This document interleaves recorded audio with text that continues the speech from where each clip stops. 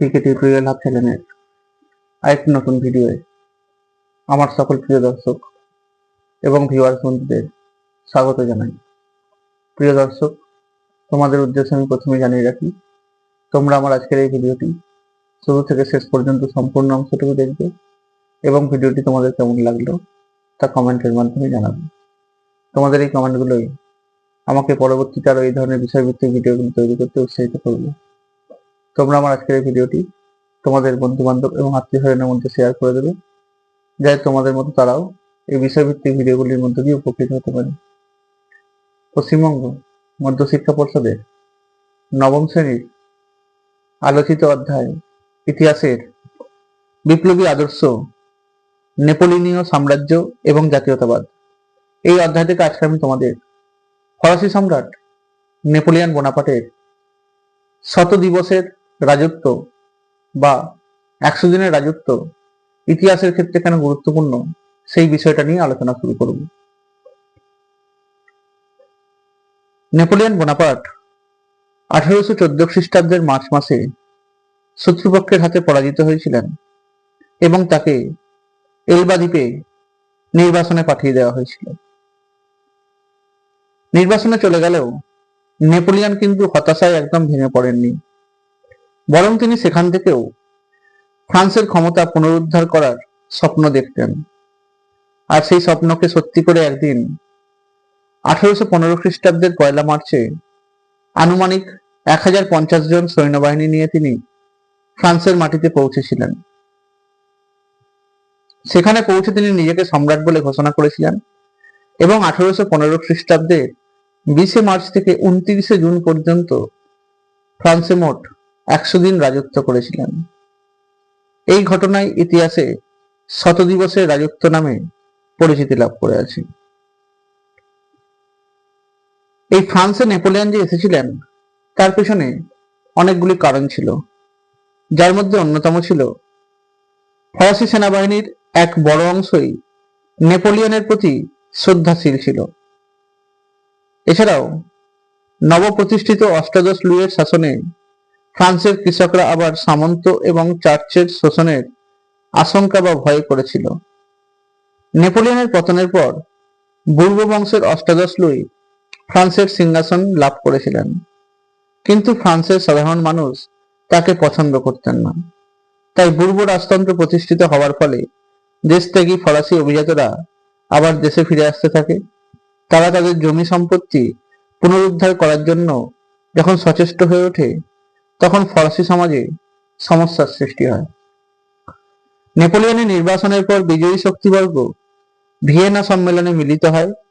তারা প্রাক বিপ্লব অবস্থা ফিরিয়ে আনার জন্য নিজেদের মধ্যে প্রবলভাবে ঝামেলায় লিপ্ত হয়ে পড়ে। এই ভিয়েনা সম্মেলন সংগঠিত হয়েছিল অস্ট্রিয়ার রাজধানী ভিয়েনাতে 1815 খ্রিস্টাব্দে। নেপোলিয়ন এলবা দ্বীপ থেকেই ফ্রান্স এবং ইউরোপের ঘটনাবলীর ওপর নজর রেখেছিলেন এবং পরিস্থিতির সুযোগ নিয়ে 1815 খ্রিস্টাব্দের মার্চ মাসে ফ্রান্সে ফিরে এসেছিলেন।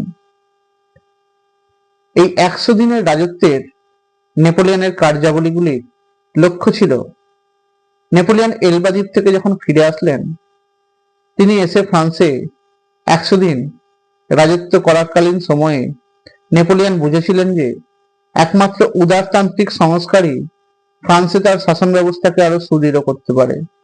তাই তিনি উদারপন্থী রাজনৈতিক নেতা কার্নো এবং বেঞ্জামিন কনস্ট্যান্ট প্রমুখদের সঙ্গে হাত মিলিয়ে শাসন কাজ শুরু করেছিলেন।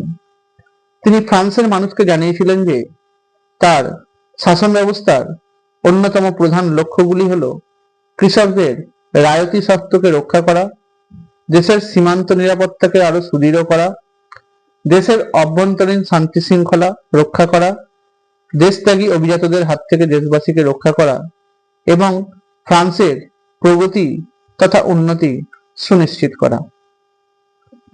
তবে এত কিছুর পরেও শেষ পর্যন্ত এই 100 দিনের রাজত্বের যে অবসান ঘটেছিল, তার পেছনে যে সমস্ত কারণগুলি ছিল সেগুলি হলো, নেপোলিয়ন যখন এলবা দ্বীপ থেকে ফ্রান্সে আগমন করলেন, তখন সেই সংবাদ মিত্রপক্ষের কাছে পৌঁছে যাওয়ার পর তাদের প্রতিনিধিরা নেপোলিয়নের বিরুদ্ধে সংঘবদ্ধ হয়েছিলেন। তারা নেপোলিয়নকে আইন বহির্ভূত ব্যক্তি বলে ঘোষণা করেছিলেন। নেপোলিয়নকে তারা পুনরায় পরাজিত করার জন্য ফ্রান্স আক্রমণ করেছিলেন। এই সময় মিত্রপক্ষ তিন দলে ভাগ হয়ে গিয়ে তিন দিক থেকে ফ্রান্সের উপর আক্রমণ হানিয়েছিল। প্রথম দলে ছিল আর্থার ওয়েলেসলি, অর্থাৎ যিনি ডিউক অফ ওয়েলিংটন নামে পরিচিত, তার নেতৃত্বে ব্রিটিশ বাহিনী এবং ব্রুকারের নেতৃত্বে প্রাসীয় বাহিনী। দ্বিতীয় দলটিতে ছিল রাশিয়ার জার আলেকজান্ডারের নেতৃত্বে রুশ বাহিনী এবং তৃতীয় দলে ছিল সোয়ার্জেনবার্গের নেতৃত্বে অস্ট্রিয়ার বাহিনী। এই তিন বাহিনীর একত্রিতভাবে ফ্রান্সের আক্রমণ ঘটালে এই অবস্থায় নেপোলিয়ন একের পর এক নীতি অনুসরণ করেছিলেন। তিনি ব্রিটিশ বাহিনীর বিরুদ্ধে যুদ্ধ করার জন্য বেলজিয়ামের সীমান্তে উপস্থিত হয়েছিলেন। লিঞ্জি এবং কোয়ার্টার ব্রাসের যুদ্ধে নেপোলিয়ন জয়লাভ করেছিলেন। তবে আর্থার ওয়েলেসলি বা ডিউক অফ ওয়েলিংটন এবং ব্রুকারের হাতে বেলজিয়ামের বিখ্যাত জায়গা ওয়াটারলু, সেই ওয়াটারলু যুদ্ধে নেপোলিয়ন 1815 খ্রিস্টাব্দে চূড়ান্তভাবে পরাজিত হয়েছিলেন। এই ওয়াটারলু যুদ্ধের পর নেপোলিয়ন মিত্রপক্ষের কাছে আত্মসমর্পণ করেছিলেন। তাকে ফ্রান্স থেকে প্রায় 5000 মাইল দূরে আটলান্টিক মহাসাগরের মাঝে সেন্ট হেলেনা দ্বীপে নির্বাসনে পাঠিয়ে দেওয়া হয়েছিল এবং এখানে তার জন্য সশস্ত্র প্রহরার ব্যবস্থাও করা হয়েছিল। এই সেন্ট হেলেনা দ্বীপে নির্বাসিত থাকাকালীন অবস্থায় 1821 খ্রিস্টাব্দের 5ই মে মাত্র 52 বছর বয়সে বিখ্যাত ফরাসি সম্রাট নেপোলিয়ন বোনাপার্টের মৃত্যু হয়েছিল। আজকে আমি তোমাদের এই একটা গুরুত্বপূর্ণ প্রশ্ন নিয়ে আলোচনা করে দিলাম। তোমরা আমার আজকের এই ভিডিওটি লাইক করে দেবে, কমেন্ট করবে, শেয়ার করে দেবে। আমার চ্যানেল নতুন দেখে থাকলে চ্যানেলটি সাবস্ক্রাইব করে দেবে, পাশে থাকা বেল আইকনটি প্রেস করে দেবে যাতে তোমরা আমার ভিডিও নোটিফিকেশন গুলো পেতে পারো। তোমরা আমার ফেসবুক পেজে ফলো করে দেবে আর ইনস্টাগ্রামে ফলো করে দেবে। ধন্যবাদ।